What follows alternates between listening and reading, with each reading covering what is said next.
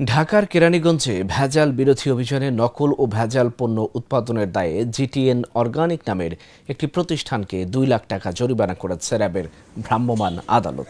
মঙ্গলবার বিকেলে দক্ষিণ কেরানীগঞ্জের সুভাট্টা মদিনানগর এলাকায় এই অভিযান পরিচালনা করা হয়।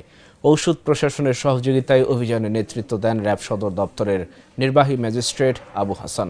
এ সময় কারখানা থেকে আনুমানিক 20 লাখ টাকার নকল ও ভেজাল ঔষধ প্রসাধনী কাঁচামাল ও মেশিনারিজ জব্দ করা হয় ও 2 লাখ টাকা জরিমানা করা হয়। র্যাবের পক্ষ থেকে জব্দ করা পণ্য ধ্বংস ও প্রতিষ্ঠানটি সিলগালা করার নির্দেশ দেওয়া হয়েছে। এখানে একটা বাড়িতে অবৈধভাবে নকল ওষুধ ফ্যাক্টরি, এরা বসত বাড়িকে ফ্যাক্টরি হিসেবে ব্যবহার করছে এবং এখানে বিপুল পরিমাণে নকল বিভিন্ন ব্র্যান্ডের এখানে ওষুধ উৎপাদন করছে, একই সাথে এখানে মজুদ অবস্থায় রয়েছে এবং এরা দেশের বিভিন্ন প্রান্তে এখান থেকে সাপ্লাই দেয়।